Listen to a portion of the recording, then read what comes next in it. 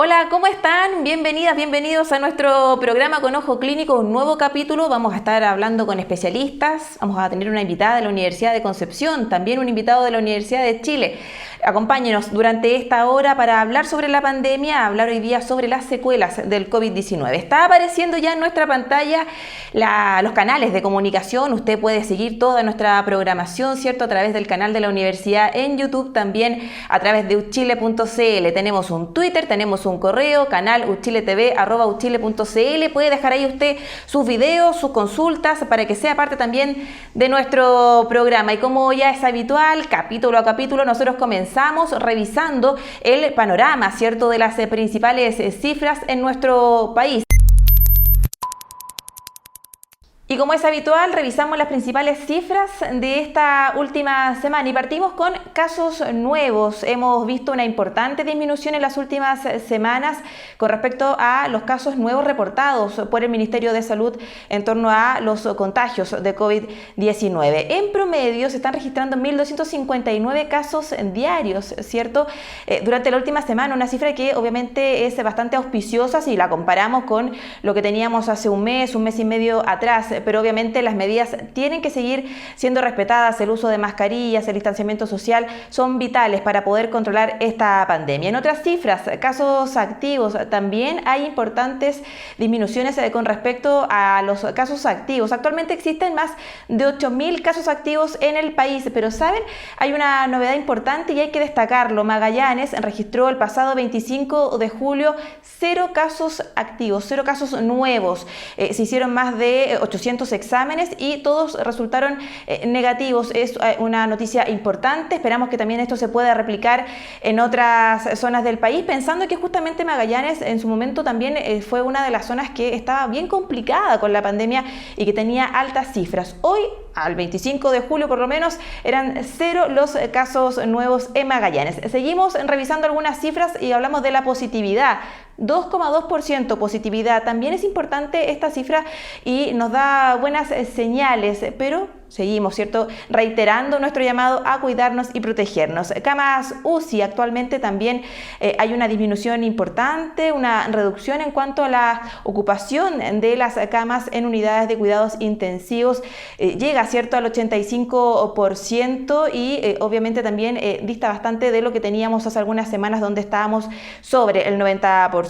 Plan paso a paso, también hay novedades en torno al plan paso a paso. Las autoridades del Ministerio de Salud, ustedes recordarán, hace algunas semanas hicieron anuncios importantes. Esos anuncios de mayor flexibilidad ya están en curso y es así como 7 de las 346 comunas actualmente se encuentran en cuarentena. Más del 90% ya de nuestra población está en fase de preparación, o lo que también conocemos como la fase 3, mayores libertades de movilización. Esto permite también que algunos servicios comiencen a funcionar nuevamente. El comercio también se ha visto ayudado, ¿cierto?, por esta fase de preparación para poder entregar todos sus servicios, sus productos, y también hay cambios, importantes en torno al plan paso a paso. Seguimos revisando nuestras cifras. Hablamos ahora del toque de queda. Hay dos zonas, fíjese que Atacama y Coquimbo se unen a la extensión del toque de queda. Ya no va a ser a las 22 horas, sino que va a ser a la medianoche, a las 0 horas. Por lo tanto, 12 de las 16 regiones de nuestro país también bien modificado su horario nocturno, y es así entonces como el toque de queda comenzará a contar de la medianoche. Otro anuncio importante tiene que ver con las fronteras. Quienes tengan su pase de movilidad podrán salir fuera de Chile. Hace algunos días usted veía cierta información importante que se entregaba desde algunas aerolíneas: el uso de mascarillas especiales KN95, N95 y quirúrgicas para los vuelos nacionales. Hoy día, ahora entonces también se abre la frontera para que usted pueda viajar fuera de Chile. Hay que evitar, si no es necesario, mejor cuidarse, ¿cierto? Evitar el desplazamiento, la movilidad, porque después a la vuelta va a tener que estar 10 días en cuarentena y además presentar un PCR negativo. Y ya cerramos nuestras cifras con la vacunación. El 79% de la población ya tiene sus 2 dosis, ha cumplido con su esquema de inmunización y el 86% ya al menos tiene una dosis, una cifra que va en aumento. De a poco vamos aumentando con la vacunación, pero obviamente es muy importante y necesario que todos consigan y tengan sus vacunas. Hemos visto sí algunos alcaldes en los últimos días haciendo alusión a la falta de stock, algunos problemas con la segunda dosis, pero desde el Ministerio de Salud han asegurado que están contempladas las segundas dosis y que todos van a poder tener acceso a las vacunas y a cumplir con su esquema de vacunación. Estas son las cifras que revisamos con Ojo Clínico. Durante las últimas semanas hemos visto una disminución importante en cuanto a los contagios de COVID-19. Obviamente las restricciones sanitarias son menos estrictas. Hoy día tenemos ya solo 7 comunas que se mantienen en cuarentena, incluso los colegios, las escuelas ya reabrieron a contar de este lunes 26 de julio para recibir a sus estudiantes y ir retomando poco a poco la vida que teníamos quizás antes de la pandemia. Sin embargo, la pandemia no ha quedado atrás, tampoco en el resto del mundo, tampoco en Chile, y hay que seguir muy atentos a los cuidados que hay que tener. Si bien en Chile tenemos hoy día buenas cifras, una positividad que alcanza el 2%, tenemos una cifra bastante baja en comparación al sobre el 95% que teníamos hace unos meses atrás en cuanto a ocupación de camas UCI. Es importante seguir con los resguardos y cuidarnos. Hay también consecuencias que quedan en quienes han sufrido del COVID-19, pacientes, ¿cierto?, que han tenido que ser internados, que han tenido una enfermedad más bien grave, y obviamente también está muy latente la posibilidad de tener un rebrote, ¿cierto?, frente a lo que está pasando en nuestro país. Hablamos sobre estas secuelas a lo largo de este programa. Hay complicaciones que tienen estos pacientes que los acompañan por largos meses, incluso en algunos casos estamos hablando de fatiga, de cansancio, complicaciones respiratorias, complicaciones físicas para movilizarse, también caída de cabello, en el caso de los hombres la disfunción eréctil. Son distintas las consecuencias que quedan en quienes han tenido COVID-19 y son también temas que vamos a estar abordando a lo largo de nuestro programa con nuestros invitados hoy día con Ojo Clínico.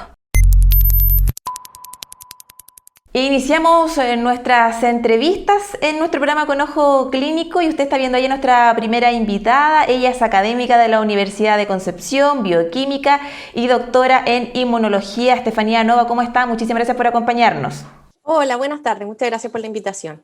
Estefanía, lo primero que quisiéramos saber, entiendo que hubo un estudio que se hizo a 60 pacientes con respecto a las secuelas del COVID. Si pudiera primero contarnos en general en qué consistió esta investigación, cómo se fue desarrollando, qué fue lo que los llevó, ¿cierto?, a hacer este estudio. Primero, esto se enmarca dentro de de los fondos rápidos que otorgó el Ministerio de Ciencias, la NIT, para estudiar distintos aspectos en lo que era la pandemia per se, no solamente el COVID a nivel de paciente o virus, sino todo lo que podía conllevar un poco la pandemia. Entonces, dentro de este contexto, mi investigador alterno, que es el doctor Gonzalo Labarca, junto conmigo, veníamos trabajando un poco en esta secuela que puede generar una respuesta inmune descontrolada en el pulmón, que lo habíamos visto en otro contexto, ¿no? Habíamos publicado antes de lo que fuera el COVID, no tenía nada que ver con eso, pero veníamos viendo esta relación entre una respuesta inmune exacerbada o fuerte o que no se puede controlar y el daño que se genera a nivel pulmonar que te puede llevar hasta la muerte, porque el pulmón ya deja de tener su funcionalidad intacta. Entonces, cuando apareció el COVID y empezamos a ver que los parámetros sanguíneos se parecían a lo que veíamos en este otro caso que teníamos, que habíamos visto previamente, y que también se veía esta exacerbación de la respuesta inmunológica y el daño a nivel del pulmón, es que lanzamos este proyecto, lo propusimos para investigar cuál era el daño colateral que iba a producir la inflamación a nivel de secuela pulmonar. Así partió. Fue bien como concreto y un poco en la expertise mía, que es como más inmunológica, y en la expertise de Gonzalo, que él es médico, trabaja en el complejo Víctor Ríos Ruiz de Los Ángeles, él atiende a los pacientes directamente. Y su expertise además estudio de sueño, función del pulmón y esas cosas. Entonces, por esos dos lados entramos y era lo que nos interesaba investigar. Claro que después esto se transformó en otra cosa, porque cuando partimos y dijimos ya, vamos a estudiar las secuelas y partimos con las pulmonares, empezamos a entrevistar a los pacientes, empezamos a hacerle exámenes y nos dimos cuenta que la gama de secuelas era mucho más allá que solamente el daño pulmonar. Así que así partió esta propuesta que fue un poco mutando y cambiando de acuerdo a lo que se iba reportando, porque acuérdense igual que no se sabía mucho ni siquiera del virus, de la parte activa, cuando se propusimos este proyecto, menos se iba a saber de la secuela y menos tampoco se iba a saber toda esta gama de órganos que afectaba finalmente este virus. Y ahí, frente a los hallazgos, ¿qué fue lo que encontraron? ¿Es posible determinar qué partes del organismo son las que se pueden ver más afectadas? Porque claro, esto parte con esta idea, ¿cierto?, de ver lo que pasa en el pulmón, pero finalmente uno ve que de repente hay problemas de caída de cabello, el tema del gusto, problemas incluso en los hombres de disfunción eréctil. Entonces, al final, ¿cuáles son los hallazgos que ustedes encontraron? Y si es posible determinar finalmente algún lugar específico donde puede quedar una secuela, o esto es más bien general. Ya, te voy a contar un poco cómo fue planteado el proyecto para que entendamos cómo fue la secuencia y las tomas de muestra. Nosotros partimos tomando muestras en el estado activo de los pacientes, ¿ya? Y de ahí el doctor determina o llama a participar a un grupo para hacerle seguimiento a los 6 meses y después al año. Idealmente habíamos establecido 2 meses y al año, pero como Gonzalo tenía mucha interacción con la gente en España, le habían dicho que esperara un poco, que no midiera secuelas tan temprano porque estaban muy asociadas a lo que era el tratamiento de ventilación mecánica, entonces hay que esperar un poco más, y ahí nos fuimos ajustando a los tiempos. Luego de eso, esta evaluación tenía varios aspectos, entonces poniéndonos en el contexto de que no todos los pacientes iban a tener distintos grados de severidad, el estudio se dividió en 3 grupos de pacientes. Los que fueron severos y requirieron ventilación mecánica por distrés respiratorio, los que estuvieron moderados, que puede que hayan tenido distrés respiratorio pero no utilizaron ventilación mecánica, ya sea por decisión del doctor o porque en ese momento era muy crítica la situación, y los pacientes leves, que por lo general dentro de nuestro grupo de estudio son los que acompañaban a los severos y que no pudieron tener la patología en casa y no requirieron ningún acompañamiento, ningún soporte médico. Después de llamarlo y que ellos hayan aceptado, a los 6 meses se les toma la primera muestra. Entonces, esto consiste en un circuito. Se le llama al paciente, él viene en la mañana, viene en ayuno, se le toma una muestra de sangre donde se saca sangre, en la primera toma de muestra fue sangre arterial, sangre venosa, se midieron anticuerpos, se midieron actividad celular, se midió todo el perfil bioquímico, el hemograma y el grupo sanguíneo.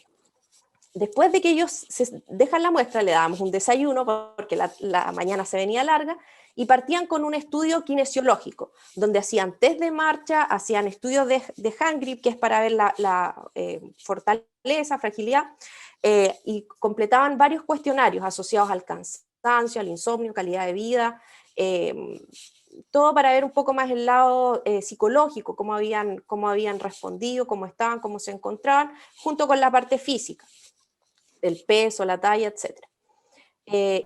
Y se le hace el ensayo de la espirometría, donde viene la capacidad, todo lo que sean ensayos asociados a la función pulmonar.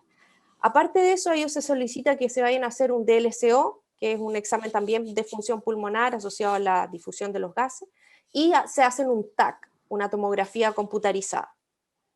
Aparte de eso, se les hace un ensayo de poligrafía, entonces ellos en la noche duermen con un polígrafo para ver si tenían problemas de sueño y el SAO, si les cuesta respirar en la noche, esto es como cuando se quedan sin aire.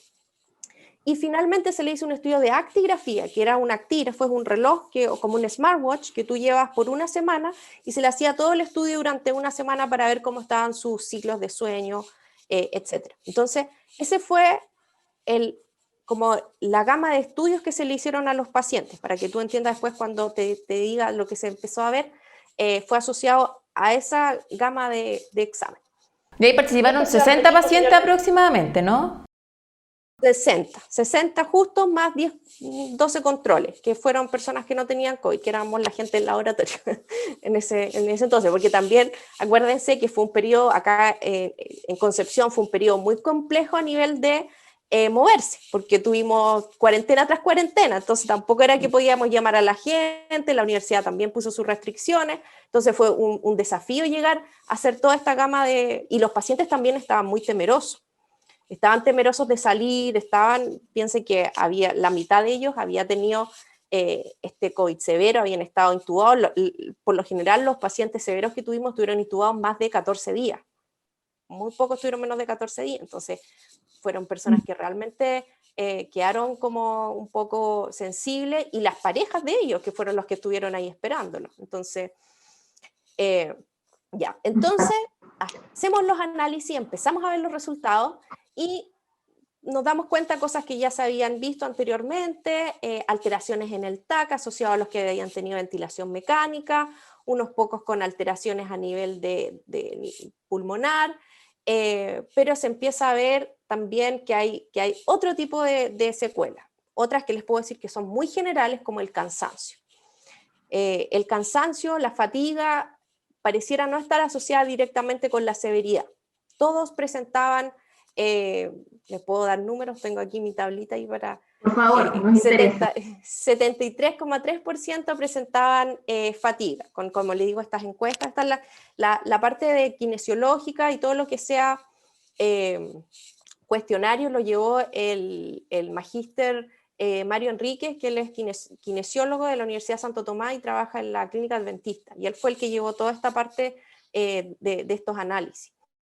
Se vio un grado de depresión, aproximadamente 100% de los pacientes presentaban algún grado de problemas a nivel de depresión, un poquito de ansiedad, y el SF12 físico, que es como calidad de vida a nivel físico, se mostró también bajo. O sea, ellos sentían que no volvían a ser los que eran antes, básicamente, que cuando querían trabajar les costaba más, caminaban 2 pasos y se cansaban, otros antes jugaban fútbol, ahora ya no podían.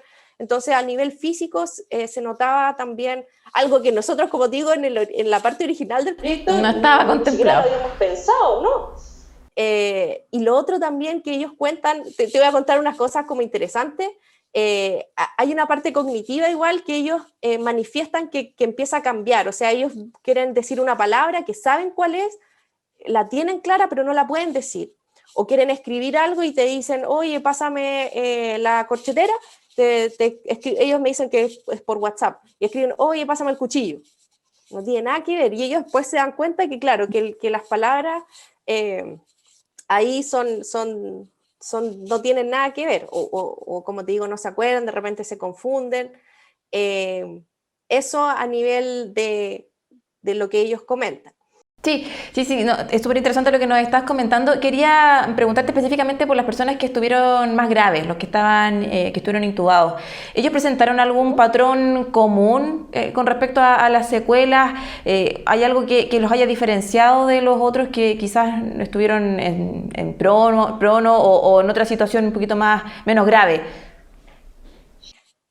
Ya, aquí hay algo súper interesante que se ha repetido, y que es la presencia de anticuerpos. Nosotros medimos los anticuerpos por una técnica que se llama CLIA, tanto IgM como IgG, anti-SARS-CoV-2, y en la última medimos anticuerpos neutralizantes. Los anticuerpos de los pacientes severos y los moderados están significativamente más altos que los pacientes leves, y mucho más altos que los controles nunca vieron el virus. Eso, desde el punto de vista inmunológico, llama la atención. Y cuando nosotros comparamos los pacientes que tuvieron distrés respiratorio versus los que no, empezamos a ver patrones más asociados a cambios metabólicos, por ejemplo. Por ejemplo, insulinoresistencia. Obviamente, todos los que fueron severos, moderados, van a tener más daño a nivel pulmonar, tanto de funcionalidad como de imagenología. Ahora, este grupo, yo también quiero ser clara, porque el grupo que nosotros tomamos, como queríamos ver asociación entre respuesta inmune y daño pulmonar, hicimos un criterio de exclusión bastante severo en lo que respecta a los pacientes. Por ejemplo, nosotros no tenemos pacientes sobre los 65, hasta 70 máximo. ¿Por qué? Porque sabíamos que la edad iba a jugar un rol en la severidad del COVID y por lo tanto en la secuela. Tratamos de evitar también comorbilidades como obesidad, hipertensión, igual es difícil, pero nosotros tomamos una población relativamente sana, porque las personas que, claro, tienen comorbilidad y tienen más edad van a tener secuelas mucho más complejas, que son las que por lo general se ven en los programas de televisión, cuando ellos tienen que ayudarlos a caminar, a levantarse, es más complejo. La población que nosotros tomamos estaba más dirigida a ver como el que no debería haber sido grave dentro de lo que se esperaba. Estefanía, y en cuanto a la duración de estas secuelas, estoy pensando en este mismo paciente, paciente que estuvo intubado, que estuvo muy grave, ¿cierto? A raíz del contagio de COVID-19. ¿Cuánto puede llegar a durar una secuela, una complicación pulmonar, o este cansancio que ellos sienten, o estas como descoordinaciones entre lo que ellos están pensando y lo que dicen? ¿Hay también ahí un análisis con respecto a eso? Bueno, por eso era importante poner 2 tiempos, por eso era importante estudiarlo a los 6 meses y volver a ver lo que pasaba a los 12 meses, porque a los 6 meses quizás todavía estábamos muy pronto, todavía íbamos a estar en este contexto de pandemia, la movilidad igual está restringida, entonces nosotros volvimos a llamarlo, ahora estos exámenes lo estamos evaluando porque terminamos hace 2-3 semanas la segunda toma de muestra. Pero te puedo comentar que se presenta alta insulinoresistencia. O sea, los parámetros metabólicos están alterados, las insulinemias están alteradas. Nosotros cada vez que tenemos esto, llamamos a los pacientes, les recomendamos que vayan al nutricionista o que se evalúen, porque claro, puede llegar a diabetes si esto no se cuida. Ahora, esto quizás no solamente tenga un contexto de secuela COVID, sino que sea secuela COVID más pandemia-cuarentena, porque uno también está más ansioso, está estresado, Claro. entonces eso también puede tener relación. Lo que sí nos preocupó fue la fatiga, el cansancio. Eso todavía se mantiene. Yo personalmente pensé que ya a esta altura al año todos los pacientes iban a estar recuperados. Y no es el caso. La fatiga se mantiene. Y ahora después viene la segunda pregunta, o sea, ¿esta fatiga va a ser para siempre? ¿Hay que hacer alguna intervención? Hay que entender básicamente cuál es el mecanismo que está asociado a esta fatiga. Y lo otro también que yo creo que todavía se mantiene es la parte psicológica, el apoyo a nivel de salud mental. Yo creo que es bastante importante. Hay muchos pacientes que quedaron muy asustados, que se cuestionan muchas cosas, entonces son estos otros distintos puntos que hay que evaluar. Y en el caso de la secuela pulmonar, solamente analizamos a las personas que salieron alteradas la primera vez en lo que era función pulmonar. Y esos resultados todavía no los tenemos, lamentablemente todavía se están haciendo, para poder decirles si la parte pulmonar se mejora completamente.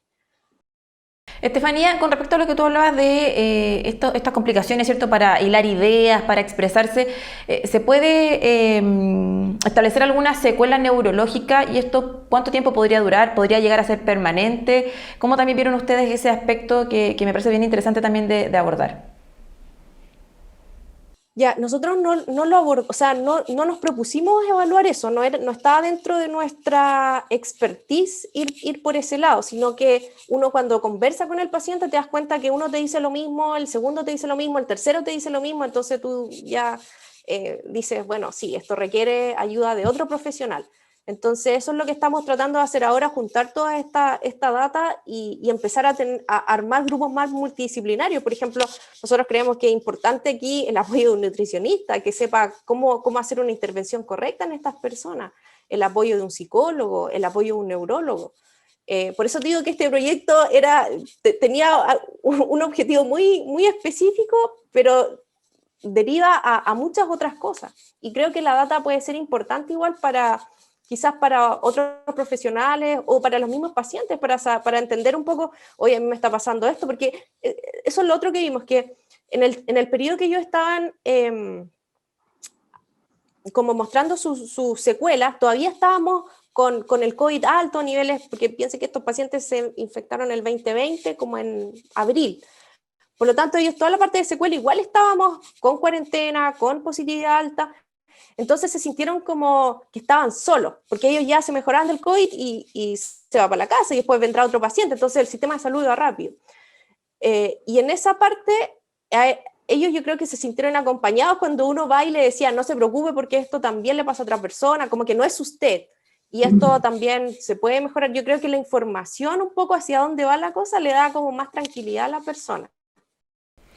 Bueno, de hecho, un poco también el sentido de este programa, Estefanía, de tocar todos estos temas, todas las distintas aristas que tiene la pandemia, y lo decías tú, la importancia de la salud mental, el apoyo psicológico, lo hemos también estado abordando a lo largo de nuestros distintos capítulos. Te quiero invitar ahora, Estefanía, a que revisemos una consulta que nos llega desde nuestros telespectadores, ¿cierto?, que nos siguen semana a semana. Te invito a revisar el siguiente video.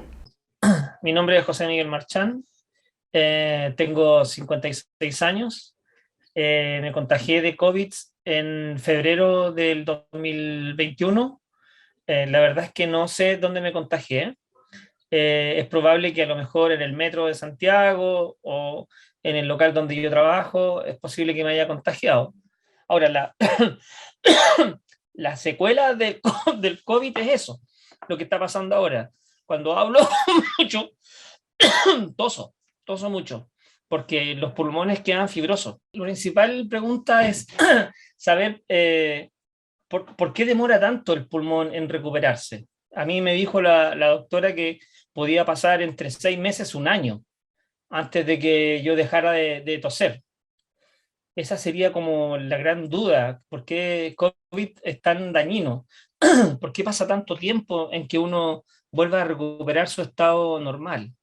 Ahí estaba la consulta que nos hacía José Miguel. ¿Qué le podemos responder a Estefanía? Él tiene una situación bien puntual, permanece esta tos, ¿cierto?, desde que estuvo contagiado de COVID en el verano. ¿Por qué los pulmones tardan tanto en recuperarse? Bueno, el pulmón es un órgano de recuperación lenta. Salir de una neumonía tarda como 3 meses aproximadamente. Pero bueno, hay que pensar igual que el caso del COVID per se genera una respuesta, en los casos severos, una respuesta inmune que es, como les digo, exacerbada. Y una respuesta exacerbada, descontrolada, va a generar daño. Y el daño te va a llevar a la fibrosis. Y la fibrosis te lleva a que no se pueda volver a este funcionamiento óptimo que tenía el pulmón. Ahora, en su caso, pareciera, porque hay distintas como categorías dentro de estas secuelas. Hay unos que se le llaman los que tienen secuelas y hay otros que se le llaman los long COVID o COVID de larga duración, que son sintomatología permanente y que no se les va y que se mantiene. Entonces, esas categorizaciones de los pacientes con secuelas todavía no está completamente dilucidada. Entonces, él a lo mejor tiene esta tos, que es como una tos que tenía cuando estaba con el COVID y le quedó como una secuela recurrente. No sé si será algo a nivel pulmonar, para eso él debería hacer, obviamente, los exámenes más asociados para ver su función pulmonar. Todos estos casos, y esto también yo lo vi en los pacientes, cada persona es un mundo distinto. Cada persona tuvo severidad distinta, tuvo sintomatología distinta, es difícil encontrar un patrón. Entonces, y afecta mucho también cómo tu calidad de vida o tu estado de salud estaba en el momento en que te infectaste. Hemos visto que las personas que comían mejor y que hacían actividad física como que tienen mejor recuperación y tuvieron menor grado de severidad, o si tuvieron severidad se recuperaron más rápido. Entonces, en ese contexto es importante cuidarse y importante como que reconocer qué es lo que le pasa a cada uno y tratar de mejorar como algo más individualizado. Yo creo que eso también aprendí un poco de cada uno de los pacientes, como que cada uno necesita algo, pero específico. No es como que ya todos vayan a, no sé, comer zanahoria. No es tan así, porque algunos van a toser, otros tienen problemas de sueño, otros se sienten súper bien, pero están engordando y no saben por qué. Entonces, es complejo como generalizar, pero en el caso del pulmón es una cosa, es un progreso que demora un poco más. Estefanía, sin duda nos quedan muchas consultas por hacer, ya se nos acaba el tiempo y me quedo con lo que tú señalas de la importancia de cuidarse, y que es también un mensaje y un llamado que hacemos cada vez que tenemos este programa, de que hay que cuidarse, hay que seguir cuidándose y respetar todas las medidas, porque obviamente lo estamos viendo, el COVID es una enfermedad nueva con respecto a lo que nos está ocurriendo hoy día, ¿cierto? La forma que tiene de expresarse nuestro cuerpo deja secuelas importantes y de repente no distingue mucho entre las edades o las condiciones. Entonces, bien importante ese llamado que tú haces a cuidarnos. Te queremos agradecer por todos estos minutos, por compartir con nosotros en nuestro programa Con Ojo Clínico, por acompañarnos hoy día. Que estés muy bien, muchísimas gracias. No, gracias a ustedes y para lo que necesiten. Ahí, quizás en un futuro podremos estar contando lo que se vio a los 12 meses. Así es, le agradecemos a Estefanía Nova, bioquímica, doctora en inmunología y académica de la Universidad de Concepción, por estos minutos. Usted siga en nuestra compañía. Es importante movernos, es importante hacer ejercicios, por eso en este día una kinesióloga de la Universidad de Chile, ella es Fernanda Aleite, nos entrega varias recomendaciones para estar en movimiento con cosas muy sencillas como el palo de la escoba, ¿cierto? Con otros implementos que tenemos en nuestra casa, de forma entretenida y lúdica poder también ejercitarnos. Vea el siguiente video.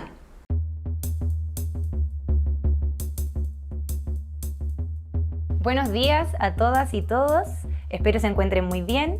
Soy Fernanda Aleite, kinesióloga, y hoy comenzamos nuestro programa de entrenamiento Yo me muevo en casa. Iniciamos con la fase verde, titulada Comenzando mi entrenamiento en cuarentena. Para ello necesitamos los siguientes implementos.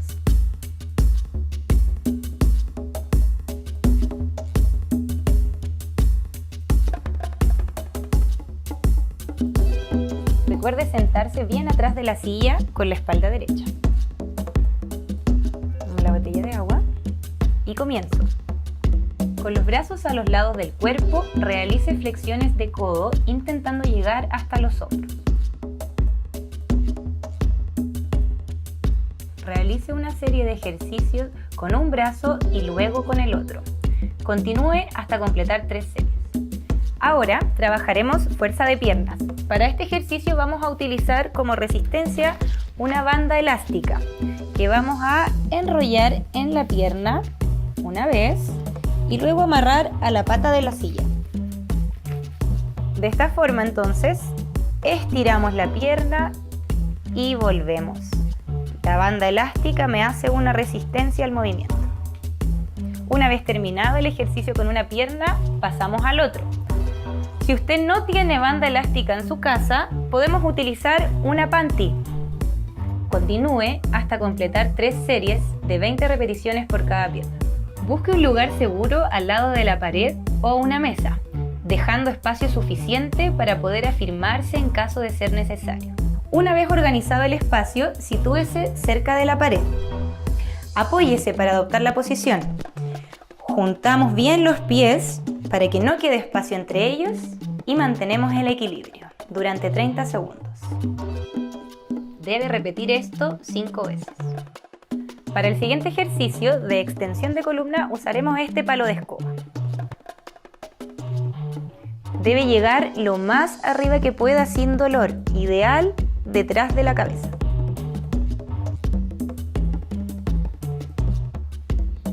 Recuerda mantener codo extendido siempre. Al igual que tu espalda, bien derecha. Realice 3 series de 10 repeticiones. Muy bien, con esto concluimos la sesión de hoy. Recuerda que esta cápsula la deberás repetir los días lunes, miércoles y viernes para darle continuidad a tu ejercicio en la semana. Nos vemos en el próximo video. ¡Chao!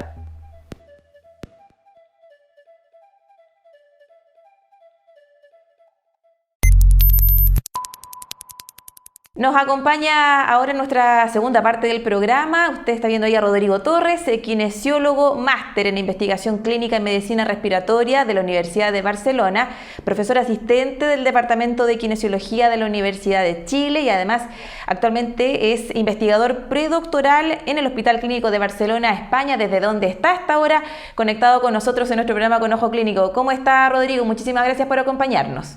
Muy bien, Maritza, agradezco la invitación. Siempre es un placer poder hablar de estos temas, sobre todo en esta época de pandemia tan contingente. Así es. Partí preguntándole, profesor, por este estudio, ¿cierto?, que se lideró. Voy a leer textual el titular de la nota. 40% de pacientes internados por COVID-19 queda con dificultades respiratorias después de la alta médica. Cuéntenos un poquito de este hallazgo, cómo fue que llegaron a este resultado y vamos hablando entonces de lo que pasa con el COVID en nuestro cuerpo.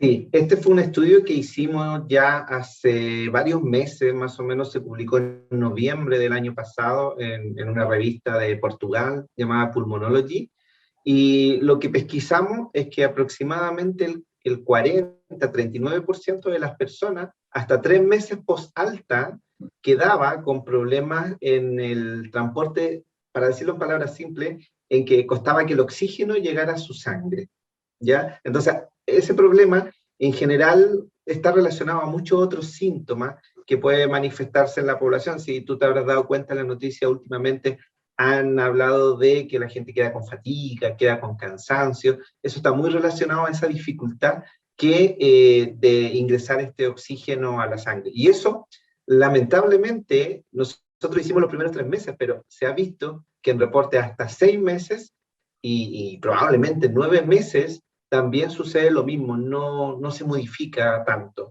Y esto sí hay que hacer la salvedad que es en personas que han estado hospitalizadas.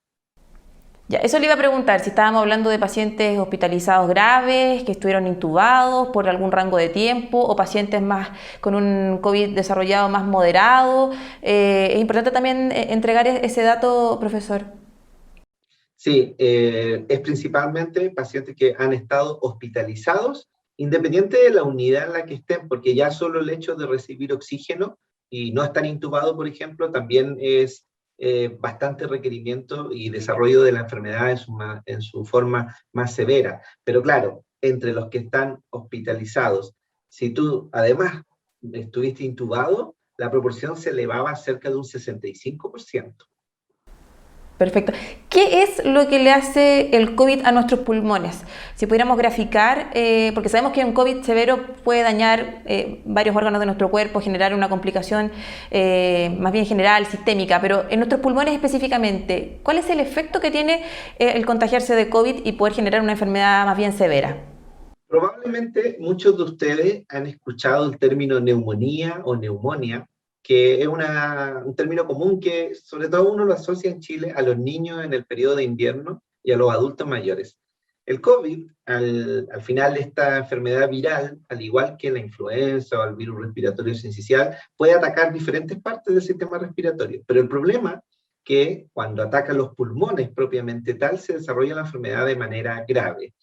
Esta neumonía, en la práctica, es que en vez de tener nosotros el aire que tradicionalmente pasa entre el aire que respiramos hasta llegar a la sangre, tenemos otras sustancias que son, ¿cierto?, sustancias dadas por la inflamación, por la infección de este virus, y eso hace que finalmente uno no lleve todo el oxígeno que necesitan sus tejidos, ¿ya?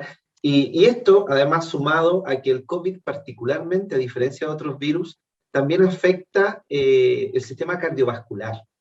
Entonces, al final se forma este problema que pasa primero respiratorio, se transforma en cardiovascular y se puede transformar incluso en neurológico, pero si ustedes lo asocian a los términos que comúnmente uno escucha, es fundamentalmente una neumonía. Y esos son los pacientes que desarrollan la enfermedad grave, porque hay otros que, al igual que otros virus, podrían tener síntomas muy similares al de un resfriado, por ejemplo.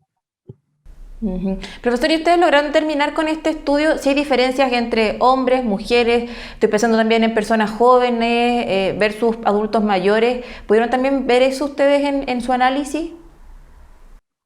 Bueno, las diferencias no están tan dadas por ni rango etario, ni por supuesto, género o sexo en este caso, sino que fundamentalmente están dados por otros factores que tienen que ver con el hecho de estar en la UCI.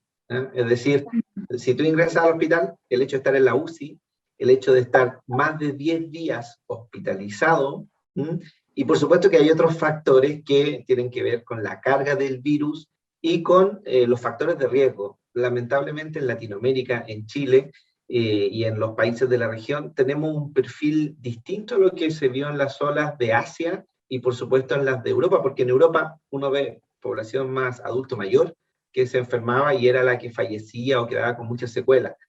En la población joven prácticamente no mucha, pero en Latinoamérica y en Chile tenemos mucha hipertensión, diabetes, y esas son las personas que desarrollan estas secuelas respiratorias. Entonces, si tú me preguntaras qué característica en común, probablemente la respuesta sea las comorbilidades, partiendo por obesidad, hipertensión y diabetes, y es difícil poder determinar si hay diferencias tanto en género o tanto en rango etario, porque esta enfermedad tiene un sesgo, es decir, ya sabemos que afecta más a los adultos mayores, ya sabemos que afecta más también a los hombres particularmente, y todos estos factores hacen que sea más o menos difícil el análisis, pero en la práctica lo que sí sabemos es que las comorbilidades, el hecho de estar en la UCI, y por supuesto el hecho de estar más de 10 días determinan que la enfermedad tenga secuelas más severas.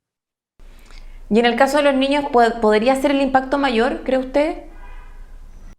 En los niños va a depender principalmente del rango etario. Los niños, primero que todo, escasamente han sido afectados por la enfermedad de manera severa. Igual se han contagiado, sin duda, pero han hecho principalmente la enfermedad de manera más leve, digámoslo, porque claramente la proteína a la que se asocia el coronavirus particularmente está poco desarrollada en niños. Entonces al final no tiene tanto huésped donde llegar y actuar de una manera más violenta, digamos. ¿Ya? Pero también se ha visto que los niños, principalmente adolescentes, quizás más allá de 5 años hasta llegar a los 18, son personas que podrían desarrollar eventos similares a los adultos, particularmente aquellos que tienen comorbilidades y que tienen algún factor de riesgo como alguna otra patología asociada.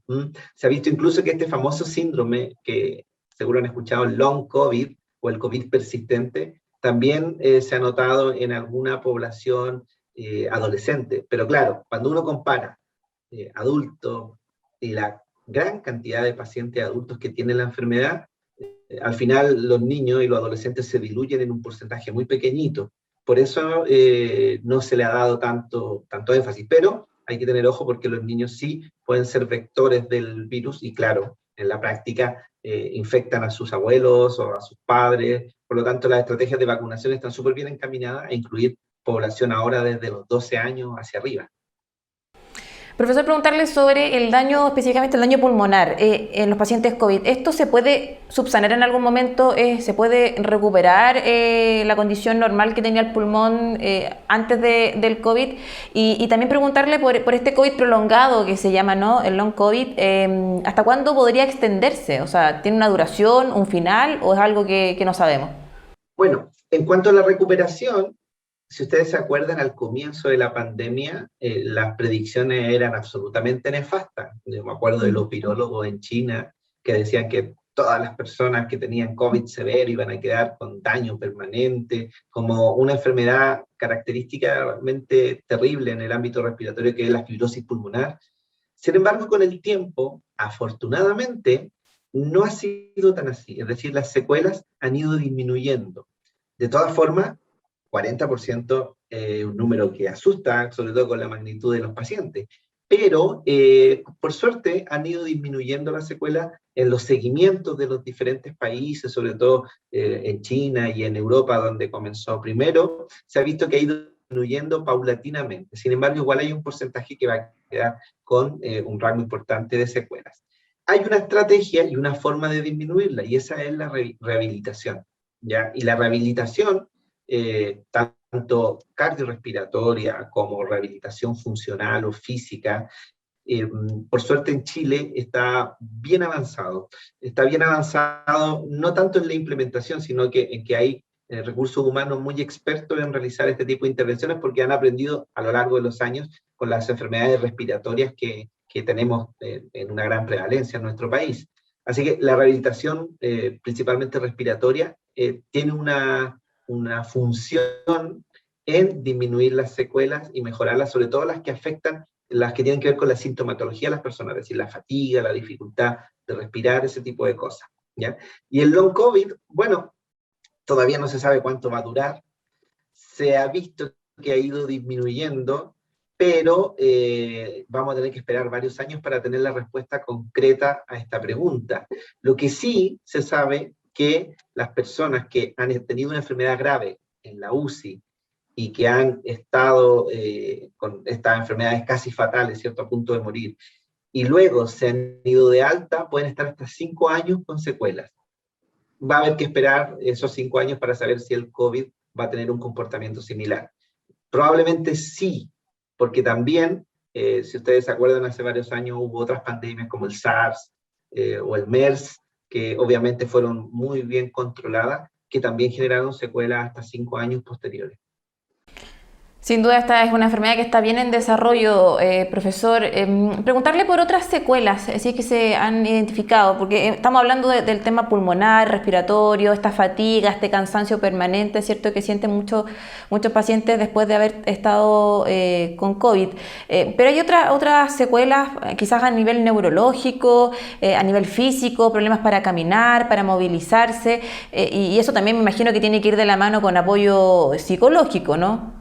Sí, las secuelas físicas son las más, no podría decir más importantes, pero sí que afectan mucho, sobre todo a la población adulto mayor. Es decir, todas esas personas más de 70, 75 años que entraron probablemente caminando al hospital después de estar 20, 30, 50 días en una cama con sedación, es muy probablemente que se hayan ido en silla de ruedas y pueden haber llegado a su casa e incluso estar postrados. Por lo tanto, hay una tremenda limitación de las actividades de la vida diaria que afecta, sin duda, de manera importante, no solo al paciente, porque claro, él no se puede mover, pero también involucra a la familia, porque la familia tiene que ayudarle con las actividades más básicas, como comer, bañarse, vestirse. Entonces, al final, compromete a toda la familia. Y eso va muy de la mano con los problemas de salud mental, que tú me preguntas, particularmente pensando en el rol del psicólogo y también en el rol del psiquiatra,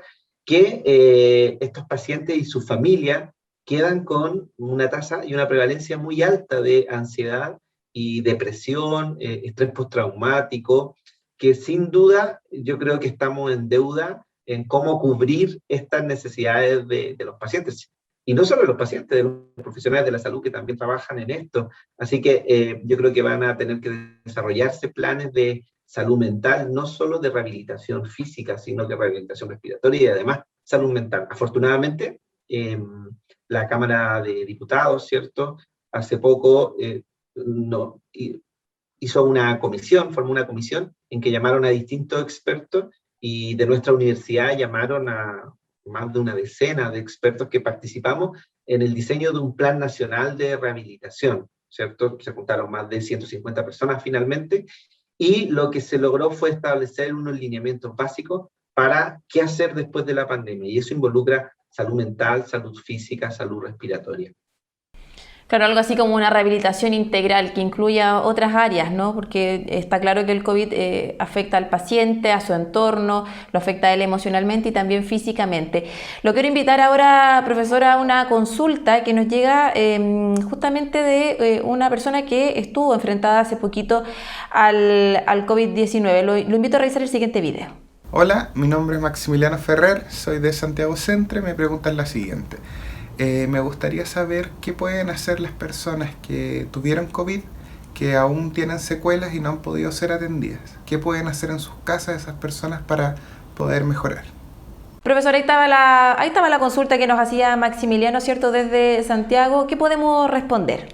Bueno, ahí hay que ver diferentes aristas, ¿ya? La primera es que el hecho de estar hospitalizado probablemente generó algunos síntomas que son los que la gente principalmente reporta, porque nosotros a veces nos fijamos en que disminuyó un 20% su función pulmonar, pero no nos fijamos en lo que nos dicen los pacientes, y al paciente no le importa a veces ese 20%, le importa que le cueste respirar para ir a su trabajo o para salir, ¿ya? Entonces, lo que yo recomiendo es que este paciente, esta persona, empiece a comenzar a realizar actividad física de manera progresiva para tratar de recuperar sus niveles de sensación, de disminución de síntomas de antes de la enfermedad. Es decir, nosotros siempre recomendamos que caminen, que salgan a caminar en los parques que están cerca de sus casas, que vayan aumentando los pasos que caminan progresivamente. Por ejemplo, podría medirse, alguien en los teléfonos tienen contadores de pasos, y si yo camino 3.000 pasos actualmente, puedo aumentar 1.000, 4.000, y después 1.000 más, 5.000, hasta tratar de superar al menos los 7.000 pasos de aquí a un par de semanas, 4 o 5 semanas. Hay otras formas de hacer ejercicio y actividad física que se pueden hacer de manera cotidiana. Por ejemplo, uno podría utilizar una silla y pararse y sentarse tranquilamente, hacer 10 repeticiones, descansar, volver a hacer 10 repeticiones, y siempre manejándose con niveles moderados de cansancio. Es decir, nosotros siempre enseñamos una escala de ejercicio, una escala para prescribir ejercicio que se llama escala de Borg, y que es muy simple, va de 0 a 10, en que 0 significa no estoy nada de cansado, y 10 estoy lo máximo de cansado que podría estar, es decir, casi que subí el Everest. Si uno se maneja en niveles intermedios de 3, 4, 5, hasta 6, está haciendo un esfuerzo que es moderado y que me permite mejorar, ¿ya? Así que yo recomiendo que traten de aumentar su actividad física y hacer ejercicio para recuperar a los niveles que tenían previo a la enfermedad. Lo otro importante es que las personas que hicieron la enfermedad severa probablemente tienen factores de riesgo. Entonces, en Chile tenemos mucha población que a veces no se controla bien la hipertensión, no se controla bien la diabetes, por lo tanto, deberían seguir con sus controles, o ir a sus controles en la atención primaria. Sabemos que son patologías GES, y a partir de eso, tomar un cambio de rumbo y empezar a empoderarse y controlar esa enfermedad, porque muchos de los pacientes que desarrollaron las complicaciones fue porque tenían una diabetes mal controlada o una hipertensión mal controlada. Entonces, esta es una nueva oportunidad para que puedan retomar esta enfermedad y controlarla bien para que no le genere problemas a futuro. Nos quedan poquitos minutos para terminar esta parte del programa, pero quisiera retomar lo que estábamos hablando antes de esta consulta, ¿cierto?, que nos llegaba de parte del público. Con respecto a este Plan Nacional de Rehabilitación, si pueden contarnos un poquito más en qué consiste, la importancia de tener esta posibilidad, ¿cierto?, de que los pacientes puedan tener las distintas plataformas, estrategias de rehabilitación, pensando en aquellos que quedan con alguna complicación física, con aquellos que tienen alguna complicación, ¿cierto?, también emocional. Si pueden contarnos también la importancia de esto, en qué consiste y cuán importante es que la persona, ¿cierto?, el paciente cuente con este tipo de ayuda. Bueno, el Plan Nacional de Rehabilitación es una propuesta que surge al alero de las sociedades científicas de Chile y de los colegios profesionales. Participaron, esto ya fue hecho el año pasado, pero que ahora se volvió a levantar gracias a la iniciativa, ¿cierto?, del Poder Legislativo, y consiste fundamentalmente en que este grupo de expertos de diferentes sociedades establecieron los lineamientos básicos, y la idea es que sea tomado por el Ejecutivo, y esperamos que sea aprobado, porque claramente es una propuesta que todavía no tiene el visado ni la aprobación por parte del Poder Ejecutivo, pero esperamos que dentro de este dinero que se asignó hace poco para el manejo de la COVID, se incluya este Programa Nacional de Rehabilitación, y si es así, lo más probable y lo más lógico es que fuera al alero de la atención primaria, es decir, que haya un seguimiento, que existan intervenciones que se puedan realizar al alero fundamentalmente de la atención primaria, porque los hospitales evidentemente no van a dar abasto. Ya esperamos que este plan que se construyó en base a las sociedades pueda tener una buena recogida por parte del Ejecutivo y finalmente lo apruebe. Así esperamos todos, ¿cierto?, de que se apruebe este programa, esta propuesta, ¿cierto?, para darle una mejor calidad de vida también a quienes han sufrido con esta enfermedad y también a su entorno. Le queremos agradecer a Rodrigo Torres, kinesiólogo, máster en investigación clínica en medicina respiratoria de la Universidad de Barcelona y profesor asistente también del Departamento de Kinesiología de la Universidad de Chile, por estos minutitos, por acompañarnos, ¿cierto?, y explicarnos todo esto y entregarnos interesantes datos también sobre las secuelas a las cuales se ven enfrentados los pacientes que han tenido COVID. Profesor, muchísimas gracias por acompañarnos en nuestro programa. Gracias a ustedes. Estamos ya llegando al final de nuestro programa. Hoy día nos enfocamos en las consecuencias, en las secuelas que deja el COVID-19 en quienes padecieron esta enfermedad, quienes tuvieron una infección grave, estuvieron incluso intubados, ¿cierto?, en los distintos centros asistenciales. Nos quedamos con la importancia de hacer un seguimiento, los estudios que hay hoy día justamente analizando las distintas secuelas que tiene esta enfermedad en los pacientes. La importancia también en la necesidad de contar con una rehabilitación efectiva, el apoyo tanto a nivel médico como también a nivel psicológico, a nivel físico. Son muchas las secuelas que quedan en los pacientes: cansancio, fatiga, complicaciones, ¿cierto?, para caminar, incluso para volver a expresarnos, a hilar ideas.